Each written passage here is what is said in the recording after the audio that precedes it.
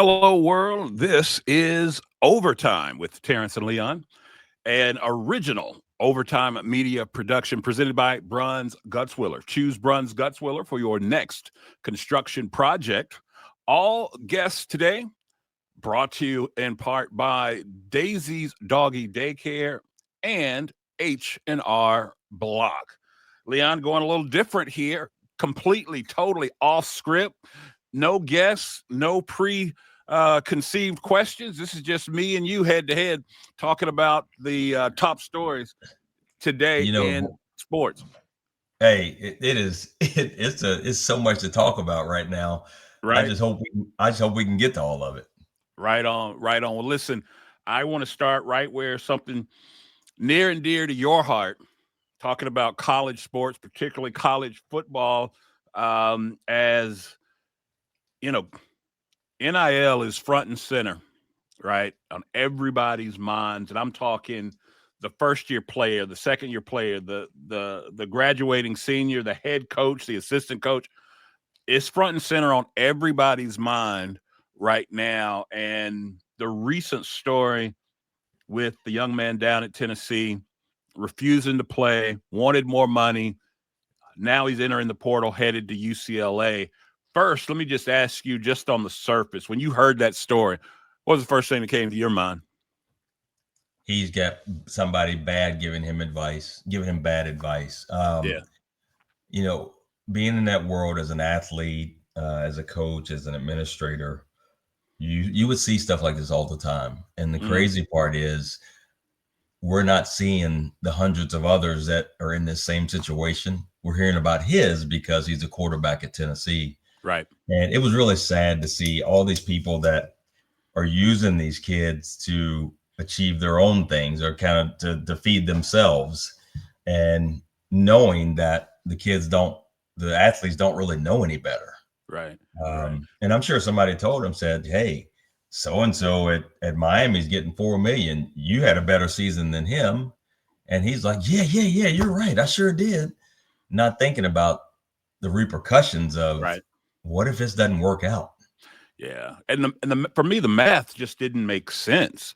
You already committed to 2.6 million a year, not small change, but somehow, some way you felt like you deserved 4 million a year. I mean, it just, if you would have told me he went from 2.6 to 10 million, okay. But you were at 2.6, but now you mad because you want 4. And you haven't done anything to show you worth the 2.6 yet. So I, I don't know. It was foolishness. That the word that came to my mind was straight up foolishness. Well, And you know but the hard part for me is being a former athlete. So my senior year was 1996. So what dang, is you that? old. So what is that? 30 years ago? Mm-hmm. Okay, so you get this thing called meal money on weekends, Right. and they would give you like $10 per meal. However, you're also getting 3 catered meals Right. on top of that. So the meal money was just kind of whatever you wanted to do. Right. And as an athlete, I know they say 20 hours, but you really don't have time to do anything else. Sure. Sure. You're done with everything at 9, 10 o'clock at night. You got to be back in the weight room or watch film or condition at 6 a.m., 6:30 a.m. You really don't have time to do anything else. Right. But this whole thing kind of started with Ed O'Bannon and talking about we should be getting paid for being on video games and things like that. And I get it. That's fair. Completely Mm-hmm. get it. Yeah. However, the straw that I think broke the camel's back was there was a point guard for UConn at the Big East tournament, Mm-hmm. and they asked him a question about athletes getting paid. And he said, yeah, man, we're tired of starving. And I'm like, at no point did I starve. As a scholarship athlete, at Yeah. no point did I feel like I was starving. And that right there started I feel like that's when that whole thing started going, because they started using that interview Yeah. all the time, talking about, see, man, they don't take care of athletes. And all these guys started, it was a lot of people like making up stuff. Like, what are you talking about? Yeah. I obviously you're much closer to it and you was in it. That the best athlete on the show. Man, I just saw that. If let me tell you something. Let me tell you something. If you're the best athlete on the show, I'll give you that. But I got the best hairline on the show. Say something. You got me. That's a good one. That was good. All right. But anyway, That was good. with all seriousness, if I mean, how do I jump in? I don't think it's wrong in business. Let me put it this way: in business, we got something we call the 110-100 rule. Basically says if you do something, it costs you $1. If you do it wrong, it costs you $10. If you do it wrong again, it costs you $100. Yeah. And that's how I see this whole NIL and everything with college sports. The NCAA had every opportunity to get this right way back when, and it wouldn't have cost them nearly anything. Right. But because they ignored it and they didn't get it right and they got it wrong, and not just once, but repeatedly got it wrong, now it's costing these, maybe not these universities, but these collectives, it's costing them, millions and millions of dollars every year because they didn't get it right the first time. The minute that those institutions started selling jerseys with numbers and names on it, and not to mention forget about the video games, but the minute that they started doing it, somebody should have had sense enough to say, "Oh man, this Reggie Bush jersey is really selling well. Reggie should get a piece of this, or something." And we wouldn't even be talking about this if they would have got it right in the first place. It's I have friends that are in college athletics administration, and I ask them all the time, is like, how is this going to sustain itself? Right. So they're getting ready to pass. They're waiting for it to pass about the shared revenue, and for Power 4 conferences, SEC, ACC, Big 10, Big 12, they can share up to $20.5 million.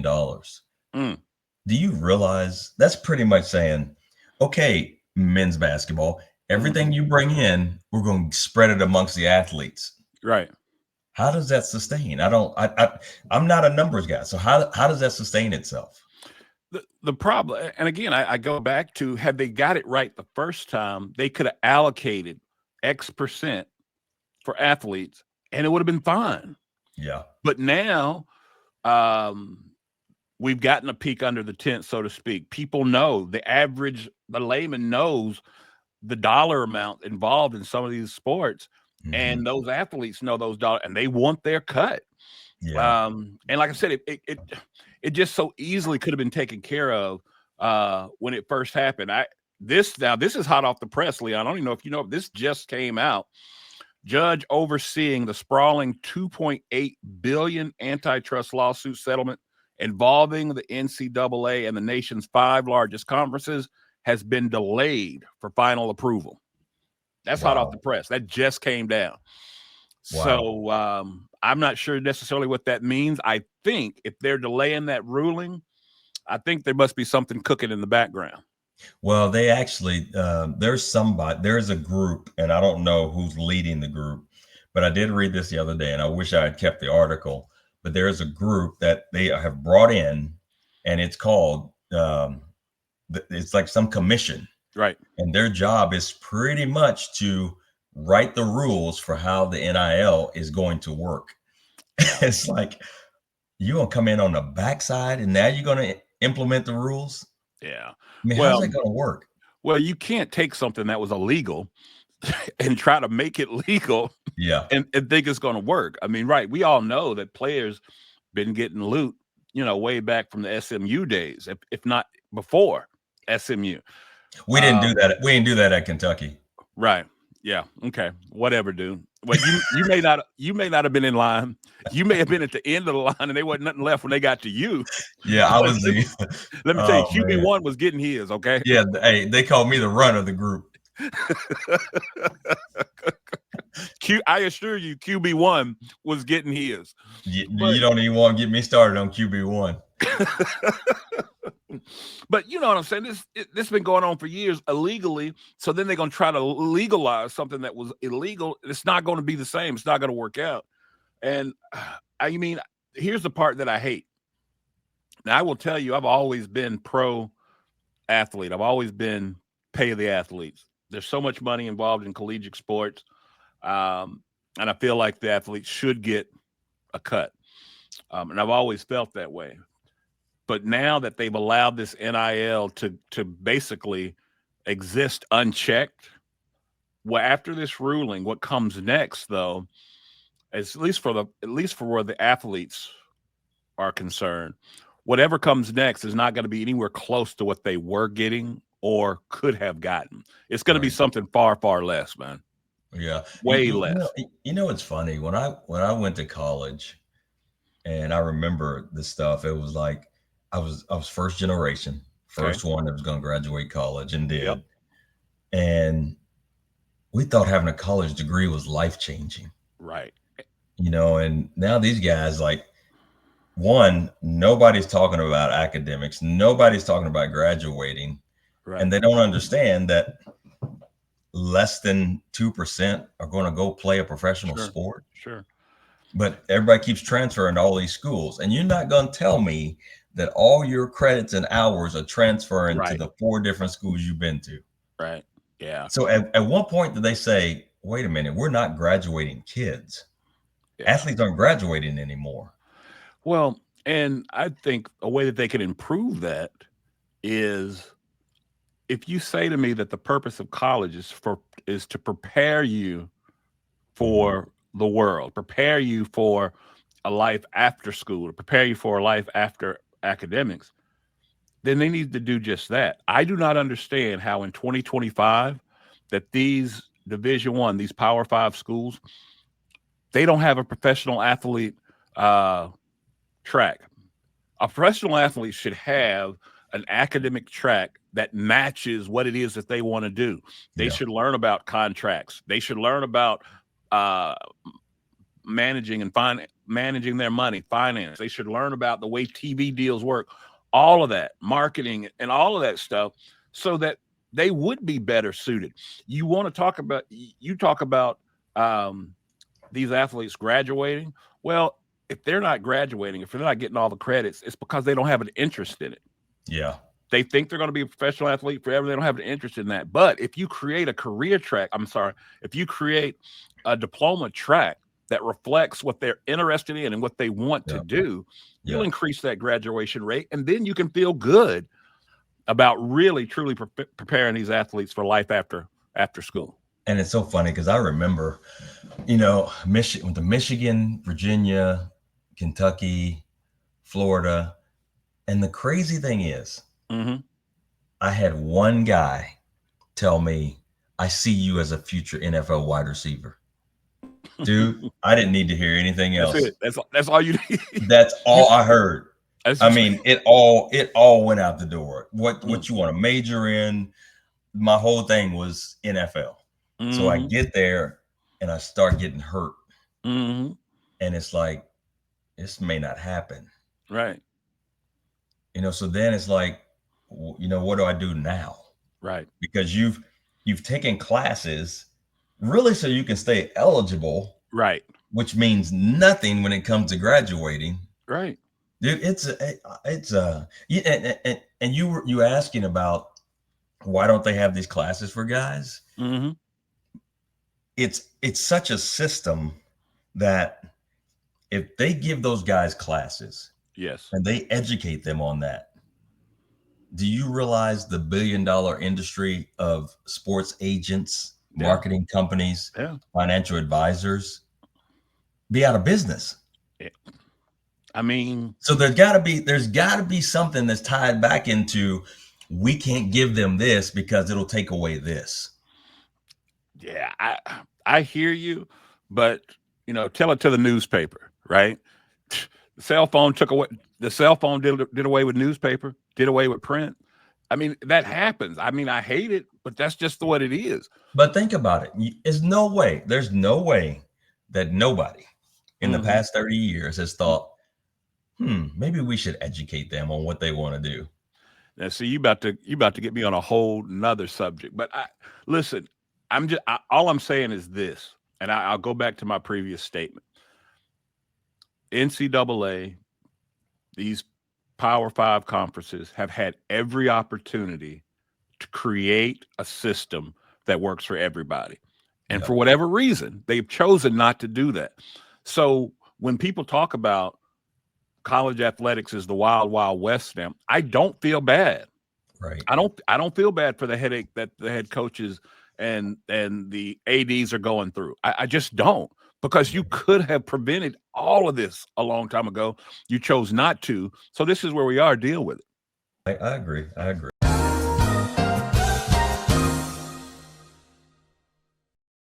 Bruins Guts Willer is the right choice for your next construction project.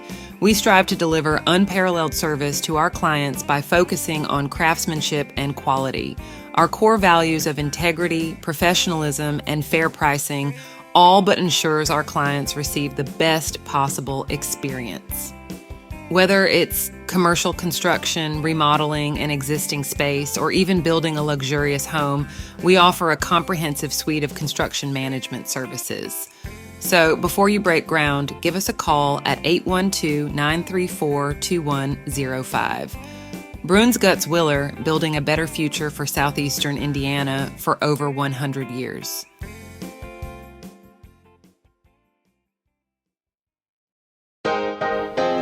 You know, Leon, one of the things that I like most about working and living in Batesville, it's the community.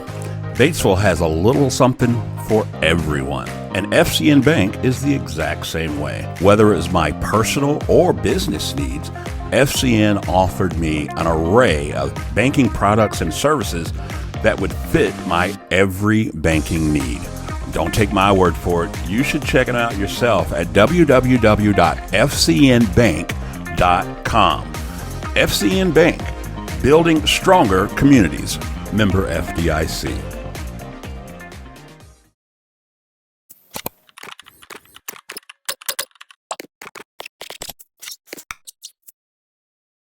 You know, it's the one thing I will say that I do agree with, that I've heard when it talks about whatever you pay the athletes or however it works, is there's a lot of people that have eaten off the backs of athletes.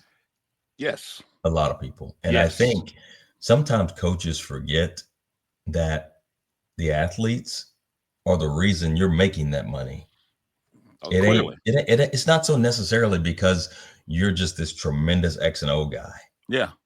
No, you went in and you sold a cup of tea to mom and dad and, his guy, and now you got him on your campus for 6 months. You've done nothing, dude. And there's a whole, to your point, it doesn't just start and stop with the head coach. Like you said, there's a whole bunch of dudes. There's a whole bunch of dudes that are eating good or have eaten good because of, because somebody get 100 yards a game, because somebody get 26 touchdowns in the season, because somebody could throw for 4,000, 5,000 yards. Yes. Yep. There's a whole long list of dudes that have eaten and are eating well. Because of that, and that's why we are, the bottom line is this, and I'm going to tell you, for me, this is when the tide turned for me. I'm watching college football one Saturday. Coach Mac Brown is at Texas, and he is standing on the sideline. And this is Texas in its heyday. This is coming off of Ricky and all of those cats. I think the QB at the time would have been I can't think of his name. It doesn't matter. Vince Young is somewhere around there. Yeah, this is coming off of all of those cats. I mean, This is when Texas was a household word. And the camera shone down on the sideline and it hit Mac Brown. And Mac Brown was standing like this. And he had on a gold Rolex. You couldn't even see his face because the glimmer off of his Rolex was so bright. It blocked out his face. And that's when I said, I was like, this dude is wearing a presidential Rolex and this kid can't get a sandwich. That did it for me. But the problem is the kids they eating good. They don't have a Rolex. They don't have a Rolex, but they're eating good. They're okay. What I'm talking about. This is the same year that Dez Bryant got in trouble for going to dinner with Deion Sanders. Yes. Yeah. Okay. So I'm saying you got on a Rolex, but Dez can't go out to eat with Dion. And I know there's a whole lot of other things, but just on its face, that was a bad look to me, Yeah. right? To your point, you ain't did nothing and you sporting a presidential, but this dude's about to get suspended for the remainder of his senior year over a dinner. Yeah. That, And it's funny, man. After being in that world and being in that business and being one of them, yeah. I sit back and I look at it now and I talk to my wife about they have way too much they've way too overcomplicated this. Yes. It is Yes. not that complicated and it's Nope. not that serious. And now that I look at it, I'm like, man, I wish I would have known this when I was in it. Right. I Right. mean, I would have been the president of the NCAA and we'd have Yeah. it straight. Yeah. But it's like, I look at it now and I'm like, it's sports. Yeah. Well, and that's where the problem comes. Yeah, it's sports, but it's really money, and it's a lot of it. That's Yeah. that's the problem. The problem Yeah. is it is so much money. Right. It's so much money for coaches. It's so much money for players. It's so much for the programs themselves. It's so much money involved. Of course, there's a lot of folks in it messing it up, And at the end of the day, Leon, only thing these players really want, they want that big bag, that big payday on Yeah. draft night. Uh-huh. Draft night is coming up Thursday this week. The NFL draft will take place, having it at Green Bay, Wisconsin. That's a story in and all of itself, but they'll be having it in Green Bay, Wisconsin this year.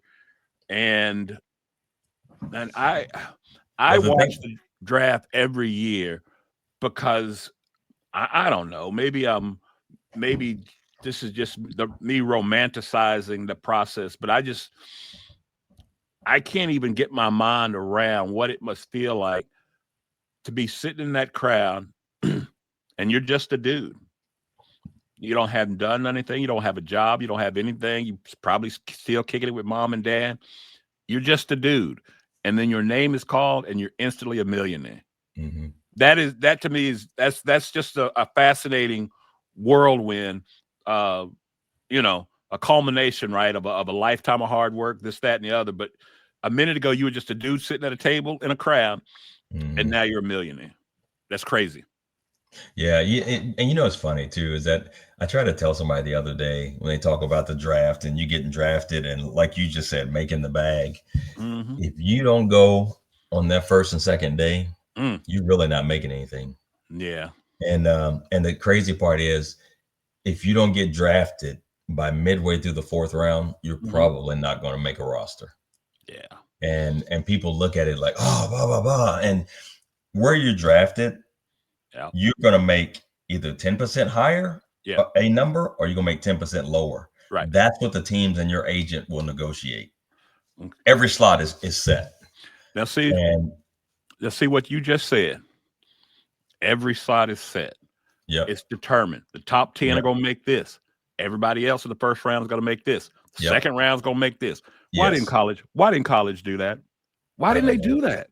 You see what I'm saying? They could have easily got this right a long time ago, and we'd avoided all of it. But it could have been like if you're a QB1, you get this range. Yes. You're QB It could have been easily taken care of a long time ago. Yeah. But neither here nor there. Again, it's fascinating to me that millionaires are being made on that night. Yeah. When they go through. And that's where all the emotion comes from. People don't understand what they can't understand what it means, what everything means when they hug Roger Goodell. Right. They don't understand that. And guys have said when you get called and you walk up there and you hug Roger Goodell, it's like Santa Claus. Mm-hmm. And it's like everything in their life that they had been working toward. And people don't understand what these dudes are putting their bodies through. And all of a sudden at that moment, it's like, I made it. Yes. I made it. Think about this. I want you to think about how hard it is. Right. When you see an NFL guy drafted, they cry, everything, right? Yeah. You see an NBA guy drafted, he's like. That's all you need to know right there, right? That's all you need to know. Yeah, dude, those dudes cry because they know beyond a shadow of a doubt if they play it right, they have their lives are changed forever. Yeah, Their immediate families' lives are changed forever. And again, if they're smart about it, they kids and kids' lives will be generational. are forever changed. Yeah, And I think it's a beautiful moment to see, and they take you through some of the backstories, and some of the backstories, they're tear jerkers, right? yeah, Dad ain't in the picture, mom working two jobs. You've seen them all before, those right. stories. But I just think it's a beautiful moment when they get there. Here's the question I have for you that I've been wanting to ask you about this draft process. Uh, every single year, of the draft, when the national championship is played and the champion is crowned back in early January, and college football is done, we start seeing mock drafts. Mel Kiper gets his together, and all these other draft gurus start to put out their drafts. And we know, at least we think we do, we've got a pretty good feel of who's going to go 1, 2, 3, that kind of thing. But then the closer and closer we get to the draft, and I, I, always, I can give you two always, names. I can give you two names right now. the week before the draft, somebody you ain't never heard of before shoots up the draft board, and all of a sudden talking about going to be a first round pick. What Well, is that? you know who it is this year? Is the quarterback from Louisville, Tyler Shuck. Thank you. And Dart. I heard them say today Tyler Shuck is the best quarterback in the draft. Now What? you didn't hear that. You didn't hear that 2 weeks ago. You didn't hear that 2 No, months ago, and you didn't hear his name the entire college football season. no. But now he's the best. How does this happen every year? And teams fall for it. Yes. The worst one to me was Mitch Trubisky.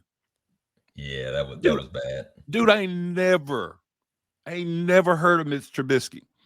I never heard anybody talk about a quarterback from North Carolina. Well, I think Achilles Smith might be the worst. Ooh, that was the Bengals, wasn't it? Yeah, it was the Bengals. That was okay. That one was pretty bad. I don't blame anybody for Jamarcus Russell because he did have the college tape that would make you go, okay. So I don't blame anybody for Jamarcus Russell. But yeah, you right. Smith, whew, any relation, by the way? No. No relation. No, you can't put me on that one. But yeah, but help me out, man. What is this process? Everybody's got a dude, they got a guy, they got people on the inside at ESPN, the NFL Network. I mean, how does it happen? You got the agents that start trying to prove that their guy is the best guy. And believe it or not, they produce some pretty good information that's believable. And some of them end up being really good quarterbacks or really good whatever. But there are more that miss than make. Well, but there's two sides of that coin too. And we never really got a chance to really see that until San Francisco's got the last pick in the draft, Mm-hmm. And they draft Mr. Irrelevant. Turns out to be a pretty darn good quarterback. Yeah. That's the other part of it. Not only so on one hand, I'm asking how in the world can we send a guy straight up the draft board that no one's ever heard of? Right. And then how do you miss out on a bona fide talent that every single GM and scout for all 32 teams just flat out missed on? Well, one of the things that happens is when they go visit these teams, and it's according to who invites you to come visit because they have an interest. They go in the room and they go through an interview process, and then they say, all right, get up on the board. Yeah. And they say when a guy gets up on the board and you start to see the way he sees the field, that's what sells them on you. Because they'll give you concepts and say, okay, what would you do here? And then that's how they start selling themselves. Right. So these agents and these quarterback specialists, that's what they're paid to do, is to say, these are the things they're going to ask you. It's almost like they're preparing them for the exam. But it happens. And it happens all the time, man. It's It's crazy. I mean, the whole Brock Purdy thing, man. You know what? I'm sorry. Hold on. Before Brock Purdy, another San Francisco quarterback, uh, Trey Trey Lance. Trey Lance. That's another one, man. I Yeah. had never heard about Trey Lance. I started seeing his tape when it got close to draft time, but I said to myself, how do you draft a first round draft pick? How do you spend a first round on a quarterback that's only thrown the football, say 138 times? That's it. That's the number of times he threw a football in a college football game. 138. Because he had the measurables, the look. He looked like the guy. He looked like the guy calling a clipboard is what he looked like.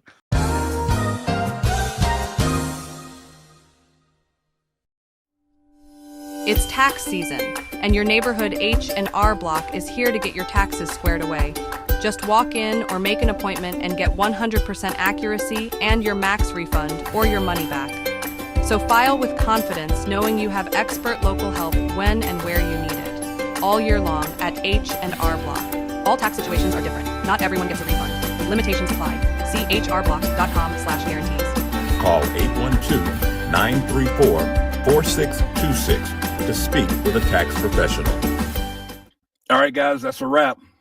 Great show, Coach. Hey, before you go, I got tickets for the game this weekend. Tomorrow? Tomorrow, man. Oh, man. I can't go, man. Family's out of town. I got to watch the dog. What? Well, call April Meyer over at Daisy's Doggy Daycare. What? Yeah, Daisy's Doggy Daycare, man. Hold on a second. Let me Google that. Oh, Daisy's Doggy Daycare. She's got her own website. Matter of fact, here's the phone number. I want to call them at 812-932-7877. Why do you like it so much? Oh, man, she was awesome. She's personable. She's going to take care of you, communicate with you while your dog's there. She's even got a YouTube channel, and you can check out the dog. That's legit. But what if they're closed up here in Batesville? Hey, she's got one in Greensburg, too, man. Oh, snap. All right, let's make it happen. Daisy's Doggy Daycare in Batesville and Greensburg.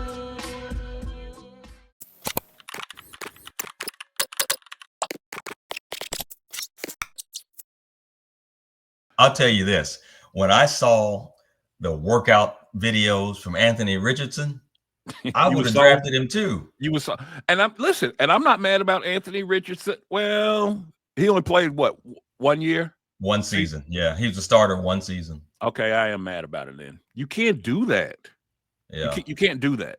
You know, I know there's some that say, now this is where the NBA and football and the NFL, this is where they vastly are different.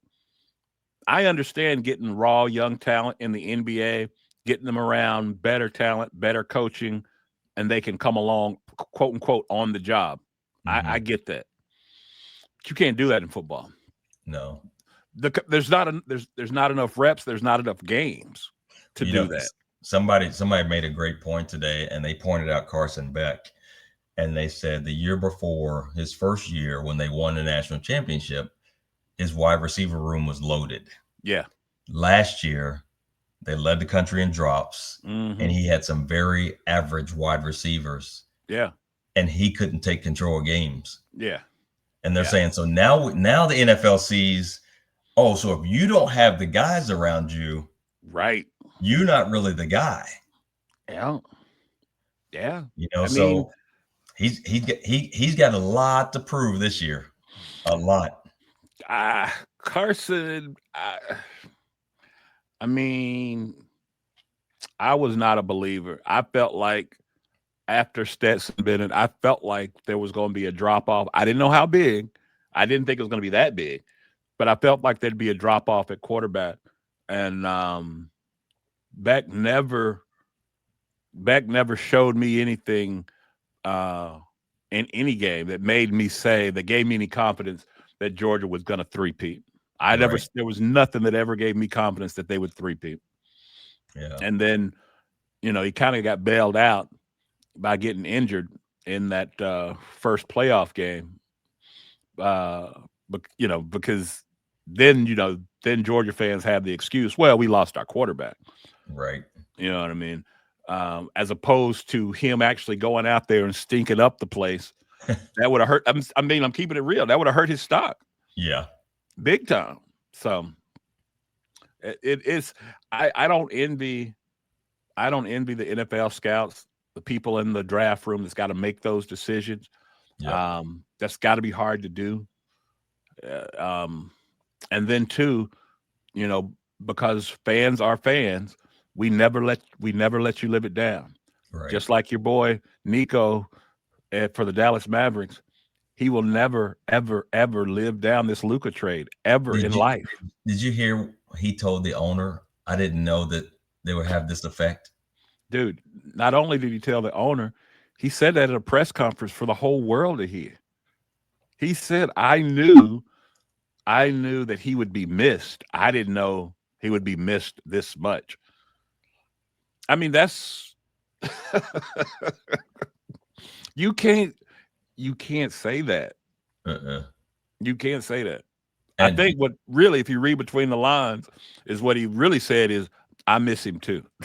Yeah. That's really what he was saying. Yeah. I miss him too. Yeah, I don't see where he lives that down. The only way he could have lived that down was this if Kyrie was healthy. Now, if the Mavs come back, if Kyrie would have been healthy and they made some kind of run, yes, then they'd have been like, okay, we're fine. Yeah. We missed Luka, but we're fine. Yeah. If they come back next year and play for a Western Conference championship, and that's what they have to do. Yep. They play for a Western Conference championship, he'll be okay. If they get a first round exit or don't make the playoffs at all, name is mud. Yeah. He got to pack his bags. He got to call home and be like, honey, don't get the drapes. He got to call Phil Knight and say, can I come back out on campus? He better do something. He won't be in the front office for the Mavs. I guarantee you that. I'm actually proud of Mark Cuban on being quiet during all this. Yeah. Because he very easily could be out there just talking crazy and reckless. I would have never did anything like that. I wouldn't have let that happen. So I actually give him credit for just sitting back and knowing his role and not saying a word. Yeah. Could have been bad. Speaking of tomorrow, the draft. Yeah. Who goes number one in your mind? Who goes number one? Let me flip this question on you first. You got the top three. Give me your top three picks. Titans, Browns, Giants. We feel pretty sure that Titans will take Cam, and I don't think anybody can blame them. That's a solid pick. However, I will say, if you wanted to shock the world and the Titans took Shedeur, wow. That would – because the only reason I say that, I know they didn't get a second look and all that. I know all that. But listen, the only reason I say that is the Titans should still have a pretty bad taste in their mouth for drafting the measurables. Their last two first-round quarterbacks were on paper specimens. Yeah. But they weren't technicians at the position. No. Shedeur Sanders, in my opinion, is a technician at the position. He may not have all the measurables, but as far as how to play the position, he is a technician at the position. That would change the world. It's not going to happen. Cam Ward's going to go first. All right. Who's second? The Browns. I think they're taking Travis Hunter. Outside line. They're not taking the outside line. They're taking Travis Hunter. I mean, not the outside line, but the edge rusher. They don't want the edge rusher. He probably gonna go to New York. Number 3. You think he's going 3 to New York? Yeah. Wait a minute. You're saying New York is not taking a quarterback? Well, I mean, who's going? I mean, the Browns. Do you take another edge rusher when you already got Garrett? That's exactly why you take another edge rusher, because now you got that tandem coming off both ends. Your defense, which was already good, your defense is now lights out. Yeah, that's true. And now that Garrett's committed now. Right. And plus, too, you want to make sure that, you want to kind of give him some payoff as, we believe in you. This is how much we believe in you. We're going to match you on the opposite side. Yeah. And then, that's going to be bad because you can't double team him anymore. And then to think about the division that they play in. They got to do something for Joe Burrow. Yeah. They got to do something for Lamar. Yeah. If they legitimately want to be able to be a contender in that division, they got to make their plays at defense, not on offense. So are you saying Shedeur at 3 to New York and Travis Hunter goes after that? Travis Hunter cannot go outside the top 3. Goodness. Okay. Wait. When does, because the Giants pick again pretty soon. What's their second? I think they got 2 first-round picks, don't they? The Giants go again. No, they only got 1. So they have to do some trading. I would. You got New England at number 4. New England could go Travis Hunter. Jacksonville at 5. I think Shedeur goes 6 to the Raiders. Behind Geno Smith. I could kind of see that. Most people say he won't go top 10. Because now they say he won't go first round. That's Shedeur's ceiling is Geno Smith. That's not a very good ceiling. Well, he's a starter. Okay. Knowing everything I'm gonna put it to you like this. Knowing everything you know about Geno Smith, would you spend a first round pick on him? Would I spend a first round pick on him? Yeah. Well, he was the number 1 pick in the draft. I understand what he was. I'm asking you, knowing everything that you know right now, would you spend a first round pick on Geno Smith? No. Okay. But I might take him in the second round. Okay. So if you say that Shedeur, his ceiling is Geno, you just call Shedeur Sanders a second round pick.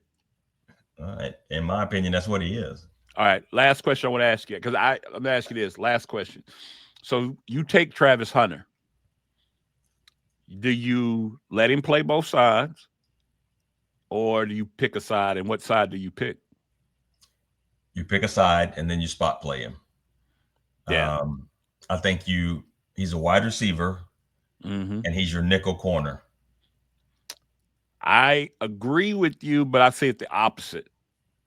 I say you pick a side and you let him play defense, and then you have a couple of packages, just go routes. You just throw him in on offense on 3rd and long. But he's not a go route guy. He's a yards after the catch guy. Think about all his catches at Colorado. It was catch, go, catch, go. They never took the roof off with him. Well, okay. But I still see him on some packages on offense. Fine. He run a slant and break it over the middle. All right. I'm just saying, I would have him play defense full time. He gonna find out he ain't playing against Colorado State. I wonder if somebody though would be silly enough, because all right, I said that was my last question. I want to ask you this though, just your philosophy. Are you a draft for what we need, or draft the best available athlete? I think you have a plan and a system. Yeah. And you draft for what you need. Okay. So let's say the draft goes crazy and all these picks that you didn't see coming, but you're at 3rd and you got a quarterback.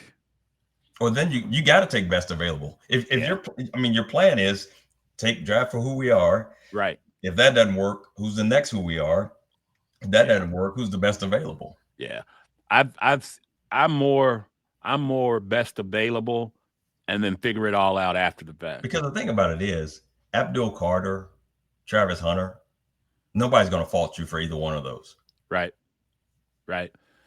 But nobody will fault you. I agree. Nobody will fault you for either one. But of those, which one is going to get you closer to a Super Bowl quicker? I mean, immediately. Abdul Carter, because they got some pretty solid corners. Exactly. So that's what I'm saying. I think Carter is the pick at number 2 because he addresses needs and he gets you 2 more playoff wins than you got previously. You know what I mean?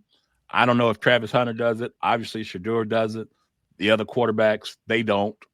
You know, it's funny. They asked Abdul Carter, said, "Why do you think you should be the number one pick?" And he said, "I went back and I watched every Super Bowl, and on the final drive of the Super Bowls that were close, a defensive end made a stop."